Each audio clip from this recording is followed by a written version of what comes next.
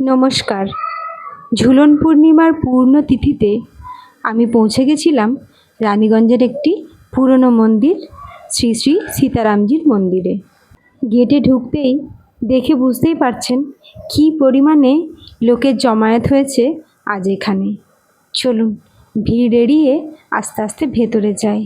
আর এখানে প্রসাদ দিচ্ছে গেটে ঢুকতেই। হনুমানজিকে প্রণাম করেই আরেকটু ভেতরে যাই। চলুন। অসাধারণ সাজিয়েছে কিন্তু ভিতরটা, আর সঙ্গে আলোকসজ্জা নিয়ে তো কোনো কথাই হবে না। অপরূপ লাগছে চারিপাশটা। শ্রী শ্রী সীতারামজির মন্দিরটি বেশ পুরনো, তাই কিছু বছর আগেই মন্দিরটি আরও একবার সুন্দরভাবে তৈরি করা হয়েছে। এই মন্দির সংলগ্ন একটি ভবনও রয়েছে, যেটি অনুষ্ঠান পারপাসে ভাড়া দেওয়া হয়।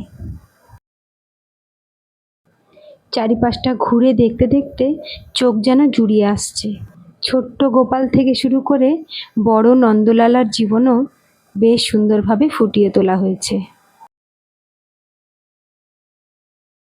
ঝুলন উপলক্ষে এখানে দোলনায় দোলানো হচ্ছে ভগবানকে।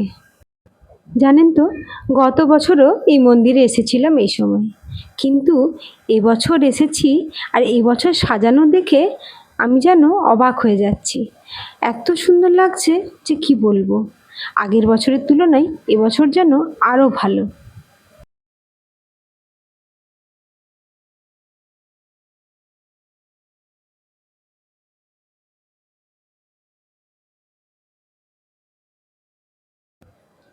রাখি পূর্ণিমার এই পূর্ণ তিথিতে সকল ভাই বোনেদের আমার অনেক শুভেচ্ছা ও ভালোবাসা রইল।